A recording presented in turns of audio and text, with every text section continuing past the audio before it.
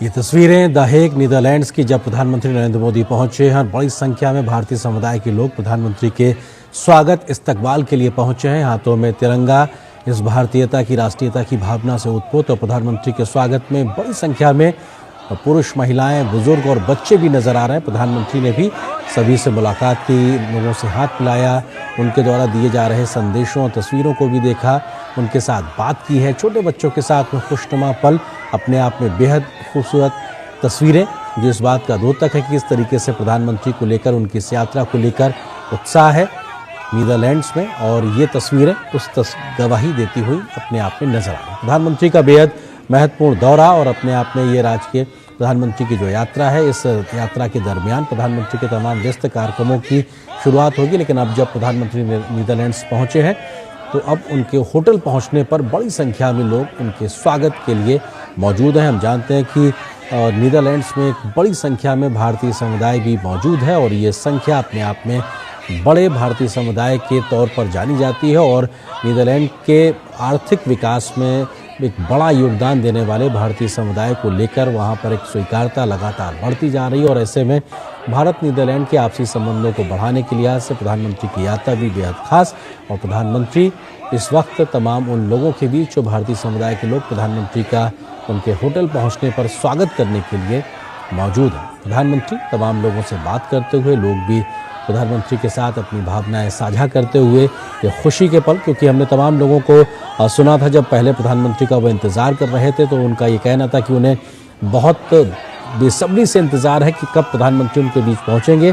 और अब जबकि प्रधानमंत्री उनके बीच मौजूद है तो सभी का उत्साह देखते बनता है। भारत माता की जय, मोदी मोदी के नारे लगातार सुनाई पड़ रहे हैं।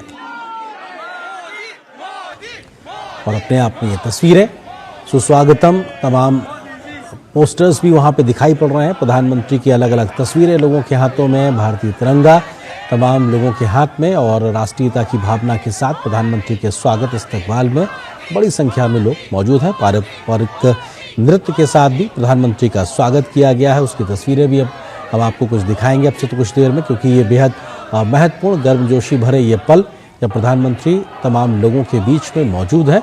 और प्रधानमंत्री की इस यात्रा के दरमियान तमाम आधिकारिक कार्यक्रमों का एक सिलसिले की शुरुआत होगी। और प्रधानमंत्री की नीदरलैंड्स की ये दूसरी यात्रा है। 2017 में वो पहली बार वहाँ पे यात्रा करने के लिए पहुँचे थे और प्रधानमंत्री बनने के बाद उनकी ये दूसरी यात्रा 2026 में लगभग 9 वर्षों के बाद प्रधानमंत्री की नीदरलैंड्स की यात्रा हो रही है, जहाँ पर प्रधानमंत्री नीदरलैंड के राजा, वहाँ की महारानी और प्रधानमंत्री के साथ में मुलाकात करेंगे। और ये मुलाकातों का सिलसिला अपने आप में दोनों देशों की आपसी संबंधों को नई ऊंचाई पर ले जाने, नई इबारत लिखने के लिहाज से बेहद महत्वपूर्ण होगा।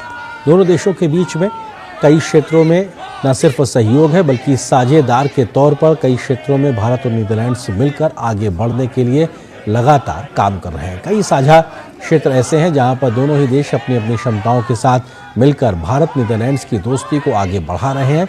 भारत की क्षमताएं, नीदरलैंड्स की क्षमताएं मिलकर न सिर्फ एक दूसरे देशों के महत्वपूर्ण आर्थिक विकास में भागीदार बन रहे हैं बल्कि वैश्विक भलाई के लिहाज से भी भारत और नीदरलैंड्स दोनों मिलकर इस दिशा में तेजी से आगे बढ़ रहे हैं। हरित ऊर्जा की बात हो, जलवायु परिवर्तन से कैसे निपटा जाए इस विषय की बात हो, टेक्नोलॉजी की बात हो, तकनीक की बात हो, सेमीकंडक्टर जैसी आज की बदलती आधुनिक तकनीक की बात हो, इमर्जिंग टेक्नोलॉजीज़ को लेकर तमाम क्षेत्रों में सहयोग हो, या फिर स्मार्ट सिटी और कैसे जो अवशिष्ट प्रबंधन होता है उस दिशा में कैसे काम किया जाए, तमाम ऐसे क्षेत्र हैं, जल प्रबंधन जैसे क्षेत्र हैं जहां पर दोनों देश अभी मौजूदा समय में मिलकर एक प्रकार से काम कर रहे हैं। और तमाम व्यापक ऐसे क्षेत्र हैं जहां पर अभी अपार संभावनाएं बाकी हैं। और उन अपार संभावनाओं के बीच में प्रधानमंत्री का ये दौरा दोनों देशों भारत और नीदरलैंड्स के बीच की उस खाई को पाटेगा जहां पर अपार संभावनाएं हैं और जिनमें अभी काम किया जाना बाकी है।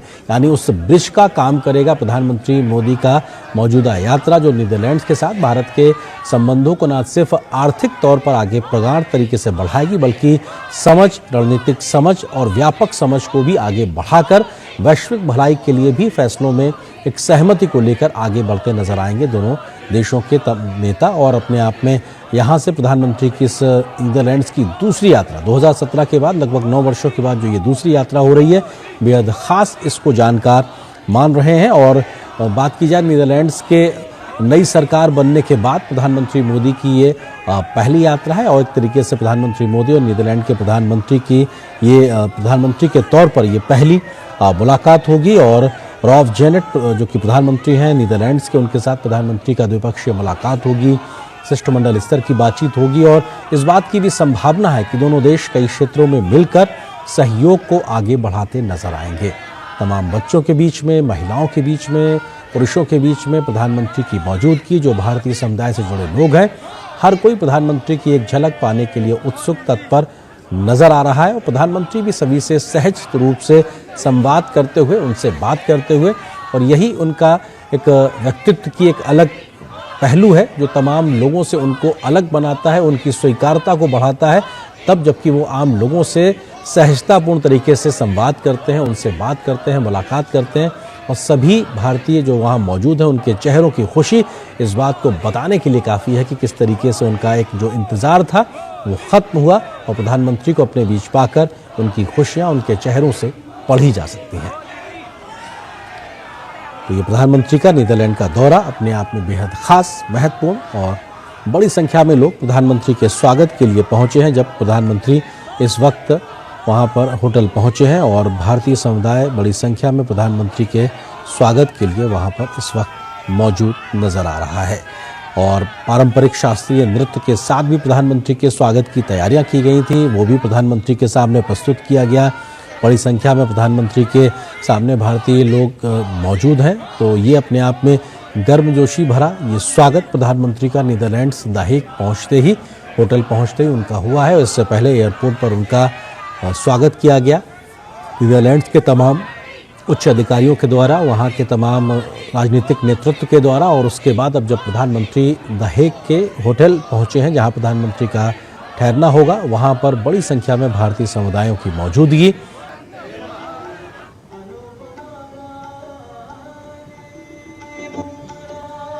प्रधानमंत्री नरेंद्र मोदी का नीदरलैंड्स के द हेग में भव्य स्वागत हुआ है। होटल पहुंचने पर प्रधानमंत्री का परंपरागत ढक और बेहद गर्मजोशी से अभिनंदन किया गया।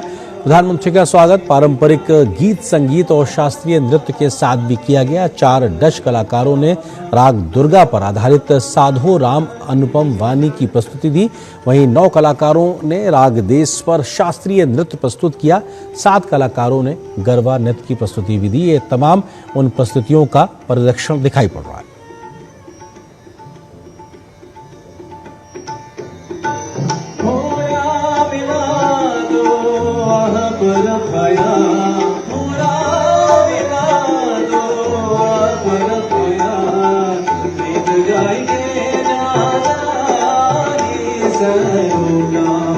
अनुपम